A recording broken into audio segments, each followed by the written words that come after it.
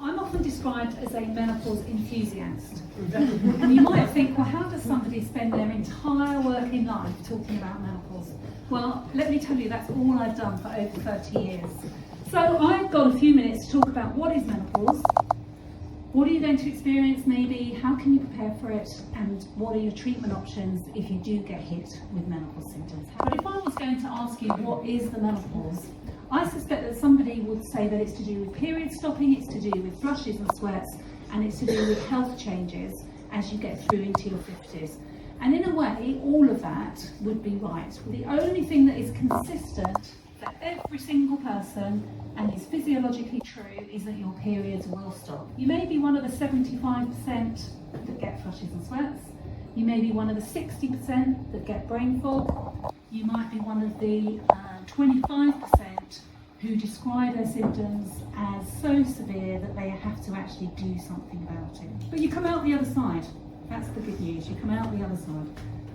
We talk about the average age here in the UK as being 51. And that's fine if you're white. But if you're not white, the average age will be much younger than that.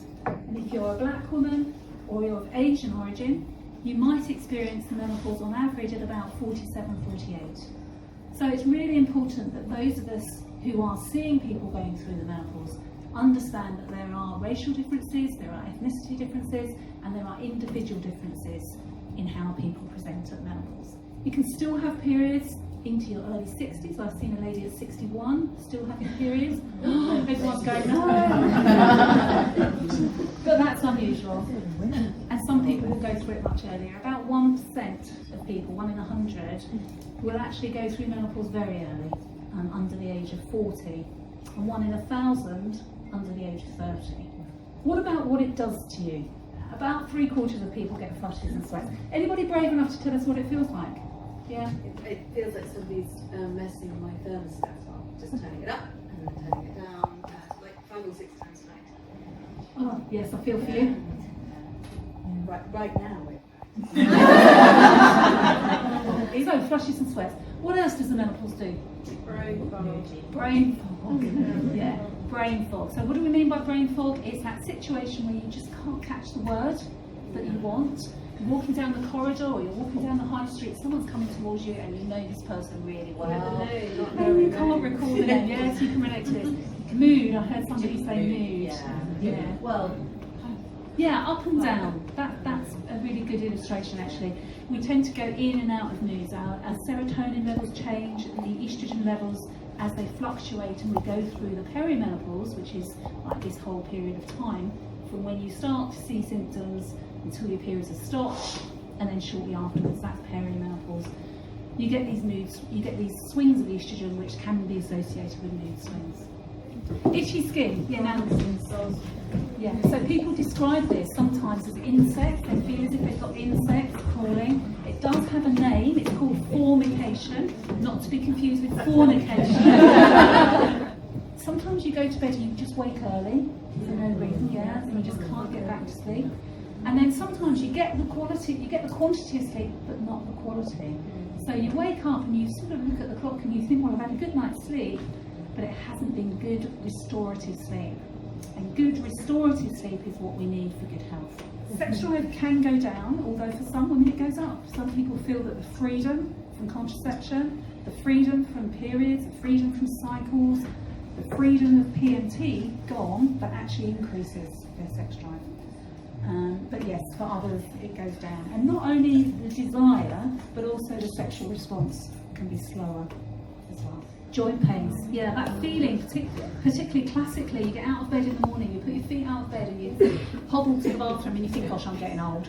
You know, you're not getting old at all. What's happening is that your joints are losing some of their inflammation, losing some of their lubrication, and the inflammation from the lack of estrogen is causing the joint pains.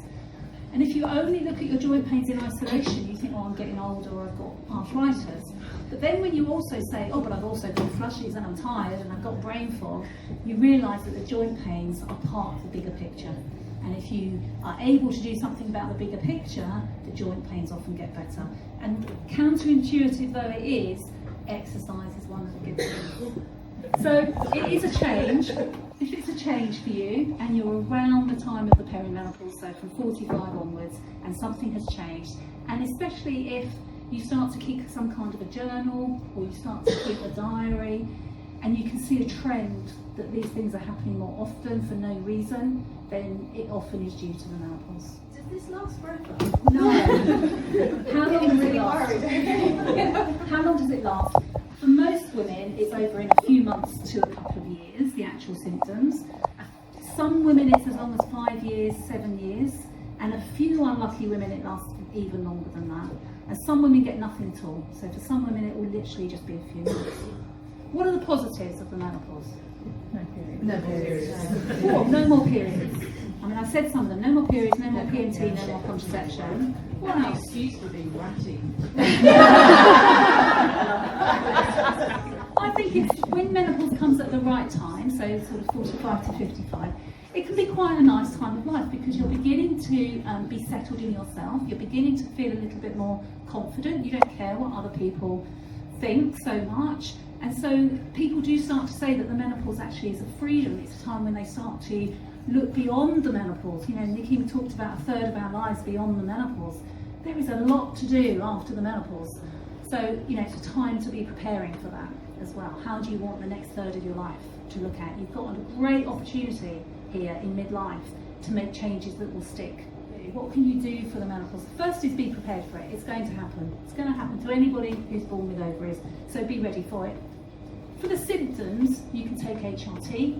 I don't want to go into HRT too much, and if you've got questions, I can always answer HRT questions. But for most people, hormone replacement therapy is a very low risk medication. It's a medical treatment for symptoms, menopause symptoms, and it gets rid of them completely if you've got the right HRT. HRT is like the medical best treatment, but even HRT on its own is not the answer. You've got to do all those other things. So now I was listening to Davina just last week actually. She was on a call that I was on talking about, because she's in great health, isn't she? She looks like she's in great health. And she says, people think I say that HRT does this to me, but it's not. I take HRT, but I also exercise 5 times a week. I watch my diet. I don't drink any alcohol, and I don't have sugar in my diet. That's what she says. So, you know, it's that keeps her in good health, along with her HRT, which keeps her in a good place. To start with, what's really important to know is that there's not a quick fix to this. It's not about, some amazing superfood you can find in Peru that's going to deal with it all, because, you know, it's not that way. The first thing you should be thinking about really is getting the basics right. Here we are. What's that? Eggs! Yay! Yay for eggs. Now, I've picked eggs for 2 reasons. First of all, because they're a fantastic source of protein. They are not the only source of protein out there, of course. You know, there's lean meat, there's fish, there's lots of lovely plant proteins. And I want to give protein a big shout out because women, you know, we're generally pretty rubbish at getting enough protein in our diet. Men don't have that problem. They seem to know instinctively that they need it, and they usually take a pretty dim view of any meal that doesn't involve something obviously protein rich. Us on the other hand, you know, it's a bit of toast for breakfast, maybe a green salad for lunch because we're on another diet, and finally a bit of chicken in the evening. It's not enough. It's not enough. We need protein with every meal and every snack, and that is incredibly important. First of all, because protein is one of the things that helps to balance our blood sugar. And the reason for that is every time your blood sugar crashes, your body's releasing stress hormones, adrenaline and cortisol. And stress directly interferes with the body's plan B for the menopause. It's a fact that the more stressed you are, the worse your menopause symptoms are going to be. But from a nutrition perspective, blood sugar balance is, you know, nutrition 101 when it comes to menopause management and stress management. And the great thing about protein is that it slows down the release of carbohydrate in the body because it's hard to digest. Every body cell is made of protein. Our entire DNA is made of protein. It's important for the growth and repair of cells. Our bones are made of protein. Well, you don't need me to tell you that bones are a big deal once we get past the menopause. You can lose up to 40% of your muscle mass by the time you've gone through the menopause. Are you actually giving your body the tools to do the job? Are you giving it enough protein? And if you're not giving it enough protein, Well, it's going to prioritise your vital organs. It's going to send the protein to your heart and your liver and your lungs, because that's what you need to keep them alive. It's not going to care that your hair's looking rubbish or that your nails are splitting. So if those are things that are happening, of course, quite possibly there's an estrogen link, but you've got to remember that your body needs the raw materials to actually do the job. So protein's crucial. And the reason I picked eggs is because they're just a superfood, way more than a blueberry, let's be clear. It's a great source of protein, but don't just be doing joyless egg white omelettes, because really, frankly, life is too short. The yolk is the best bit. What have you got in the yolk? You've got B vitamins, you've got selenium, you've got iodine, you've got omega-3, you've got iron. Yeah, you've got a little bit of cholesterol, but don't let anyone tell you you can't have an egg every day. So I'm waving baby spinach around because I want you to be thinking leafy green vegetables. They're a one-stop shop for menopause-friendly nutrients. And the big one that they're really involved in, and the reason I'm really promoting them, is because they are a fantastic source of magnesium. It's really every menopausal woman's best friend because it does so many jobs. And one of the big jobs it does is that it calms the nervous system. It really helps to regulate the body's response to stress, helping you feel better equipped to cope with the challenges of daily life. So if that's sounding a bit familiar, then magnesium's going to be a good one. It regulates muscle function. So if you've got tired, aching muscles, or that twitchy eyelid, classic sign of magnesium deficiency. It also supports a process called peristalsis, which is the contraction and relaxation of the bowel muscle as it pushes the stool through. So if you're struggling with a bit of sluggish bowel, which is quite common in midlife, then magnesium could help with that. So if you're feeling tired all the time, jittery, as if you're just holding on by your fingertips, chances are you're low in magnesium. So a couple of handfuls of leafy green vegetables every day would be a great shout. You could cheat and have an Epsom salts bath and really help to just sort of calm things down a bit, make you feel like a whole new woman after a stressy day. And it's a very good one before bed because magnesium's good for anyone who struggles to switch off and get to sleep. Did you know that they contain twice as much calcium per 100 grams as milk? No, bet you didn't. They're a fantastic source of vitamin C. They're also a good source of iron, so if you're struggling with flooding, heavy periods in sort of perimenopause, then that could be helpful for you. And they're also a good source of vitamin K2, another thing that's important for your bones. So really a couple of handfuls of leafy greens, raw red pepper, 3 times as much vitamin C per 100 grams as an orange. Well, we know it's a great antioxidant, a very powerful antioxidant that helps to keep our immune system in great shape. But when it comes to the menopause, one of the things that's really important about vitamin C is the body uses it to create collagen. Collagen is something that keeps our skin sort of plump and elastic. That includes the vaginal tissues.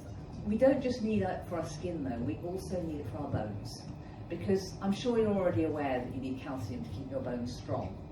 But you need collagen to make them flexible, so that if you fall over, you bounce and you don't break.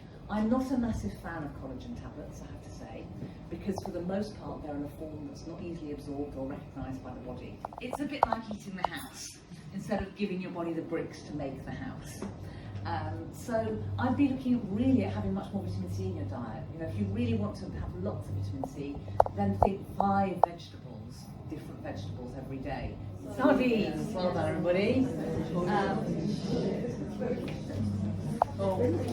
I'm sensing slightly mixed reactions. Now the reason I'm waving sardines up at you is that sardines actually contain about 5 times as much calcium as anything else going. They are an amazing source of calcium, and that's because of the soft bones. The thing about sardines as well is that they are a really, really rich source of omega-3 fatty acids. And tomorrow's theme for World Menopause Day is cardiovascular health. And probably the single most researched nutrient out there that's good for your heart is omega-3. So thinking about oily fish like sardines, salmon, mackerel, for example, 3 times a week, is just a great way to be getting plenty of omega-3. It's important also for the brain and nervous system, can help with hormone balance, and of course the most important thing of all is it will make your hair look super shiny and in great condition. About phytoestrogens. Now, phytoestrogens are plant compounds that mimic the action of estrogen in the body. They influence our estrogen receptors. And some studies have shown that that can help to reduce symptoms such as hot flushes. So again, a great source of omega-3 fatty acids, a great source of phytoestrogens. I'm waving this about for a couple of reasons. Firstly, I'm waving it about because it's the full fat one, it's not the blue one they do that's low fat. And coming back to what I mentioned earlier about macronutrients, fat is your friend. We need fat in our diet. We even need saturated fat in our diet. Yes, we do. Because the body uses saturated fat to make sex hormones. So, you know, without saturated fat, the human race would die out, and we'd all be feeling a lot less happy about things. And if ever there was a time to make sure that you're getting the sex hormones you need, menopause is it. And foods that contain fat will have all three. They'll have saturated, they'll have polyunsaturated, and they'll have monounsaturated. It's just the ratio that will change. So try and get over it. Try and get over what's been drilled into us as sort of teenagers and young women. Fat isn't going to make you fat. If it wasn't called fat, we wouldn't all get so confused. Mostly, I mean, if you eat too much of anything, you'll get fat, of course, but for the most part, it's an excessive carbohydrate that is more likely to create fatty deposits on the body as a first step than eating too much fat, because your body does other things with fat. As I said, it uses them to make hormones. So really, really, if you can get over the whole notion of having low fat everything, that would be great, because when you lose the fat, you lose the flavour. So, you know, have full fat yogurt, have full fat hummus. Your body will really like it. And because it's the essential fatty acids rather than high levels of saturated fatty acids, they tend to speed up your metabolism. So actually, you know, they will help if you're trying to really get your metabolism going. It gets a slot of its own because it's such an all-round winner. I mean, it's full of so many good things. But the reason I particularly want to bring it to your attention is that it also contains sulfur compounds. And these sulfur compounds play a very important role in supporting the detoxification and processing of hormones in the liver. So I'd urge you to be eating broccoli, you know, at least 3 times a week. This is vitamin D, and it's one of my favourite supplement companies, Better You. And the reason vitamin D is important is that it doesn't matter. There's absolutely no point in stuffing yourself with calcium tablets if your vitamin D levels are low, because your body needs vitamin D to absorb calcium. You can only find it in food in very small quantities. It's a tiny bit in egg yolk, it's a little bit in dairy, it's a bit in sardines. We produce it through exposure to sunlight, which all sounds great until you remember that we use sunscreen, quite rightly, to protect ourselves against the risk of skin cancer. And that can affect the body's ability to process the UVB rays and to make vitamin D as effectively as you could. So I would definitely be recommending that you're all taking vitamin D, frankly, all year round. It's very important for mood and mental health, actually, particularly if you struggle, as the nights are drawing in, with seasonal affective disorder. Okay, so I think what we've talked about with diet and also HRT can be so beneficial, but none of that is a get out of jail card. You know, it all needs to go together. We all need sleep, we all need good diet, and we all need exercise. And HRT can be such a big part of that as well, but we still need to harness those hormones. And of course, as a physio, I am biased. I'm into exercise, and muscle is absolutely your best friend into the menopause. Metabolically, in terms of cardiovascular health, reduced risk of cancer in various sides, basically mental health, the list goes on. So we really need to power the pulse, because muscles will really help you to harness your hormones. And really what I'd like to see is women in their 70s and 80s and 90s that still have a proper bum in their trousers. So if I bump into any of you in Kingston in the next 30, 40, 50 years, that's what I'd like to. So, about, I don't know how many we are here, about 60 probably. 30 of you will leak urine. Okay, when you either cough or sneeze, when you put the key in the door and you can't quite make it to the toilet. maybe most of you. The good news is that most of it can be treated. And although pelvic floor muscle training is really monotonous and not particularly interesting, it's got the highest level of medical evidence you can get, that 1A. Most medication or anything else doesn't match up with that. So it might be simple, you might forget to do it all the time, it's got no bells, got no whistles, but it really works. The easiest way for most women to find their pelvic floor is via the back passage. Yeah? So it's basically stopping a fart. Yeah? So you're in a really quiet library and you really need to okay. So first take a gentle breath in, breathe, just a gentle breath, breathe out and hold, control that wind. Good. And also very important, suddenly you're walking out into a really busy high street and you can let it all go. Yeah? Because that release is just as important as the contraction as well. So before you cough and sneeze, always pre-contract the pelvic floor. We call that the neck. It's incredibly effective in terms of not leaking when you cough and sneeze. But of course, when you go out for a run, you can't hold your pelvic floor all the time because it will just become overactive. Then when your pelvic floor is strong enough, trust your pelvic floor to do the right thing. It's called urinary stress incontinence, and that often needs pelvic floor muscle strengthening. If that's not enough, go and see pelvic health physio, because there's loads of other things that we can do to help it. Your bladder becomes a bit unstable and you might start going to the toilet more and more, and you start doing just in cases. First thing to do is stop doing just in cases. Don't ever rush to the loo. You're in charge, not your bladder, because your bladder is like an untrained puppy. Before you know it, it will kind of just go and do what it wants. So you just tell your puppy what to do when. And one trick that works really well is distraction, to stop those neural pathways that bladder suddenly starts contracting. So let's say if you really have the key in the door moment, or you can't get your jeans down in time, start some mental math. So start from 100 and count down in sevens. For most of us, that's complicated enough for your bladder to calm down. So your bladder tissue and your vaginal tissue needs more estrogen than any other tissue in your body. That's why even when women are on systemic estrogen for menopause symptoms, what Kathy talked about, you might still need what we call topical vaginal estrogen. It's safe, it's very effective for most women, and what I see in clinical practice, I think we nearly all need it, and we need it for the rest of our lives. And this is also what brings us on to intimacy and Sylk. And I'm not just saying that, but Nikki knows that Sylk is my favorite lubricant. And the mantra is use it plentiful. Even if there's desire and there's arousal, there may not be lubrication. And that's something that might be worth explaining to your partner as well, so that doesn't become another sort of belief system that gets stuck. And because you're losing estrogen, you may lose a little bit of that natural pH of your vaginal balls and your vulva, which means it becomes less acidic, and that stops UTIs and keeps it plump and sort of well supplied. And that's again, using lubrication with the right pH is what we advise. And often what we call urogenital atrophy, what I'm just describing, comes on much later into the menopause, and so the transition might have been years behind you, and you may not relate it to losing estrogen anymore. You might think, oh, I'm just getting old and that's it now. So please go and knock on your GP's door. And if the GP won't give it to you, go and knock on someone else's door, or talk to a pelvic health physio that will talk to your GP. So estrogen is not just about the vaginal walls and the bladder, it's also about the rectum and the bowel. Everything changes. But women's bowel movements can become a real problem into the menopause as well.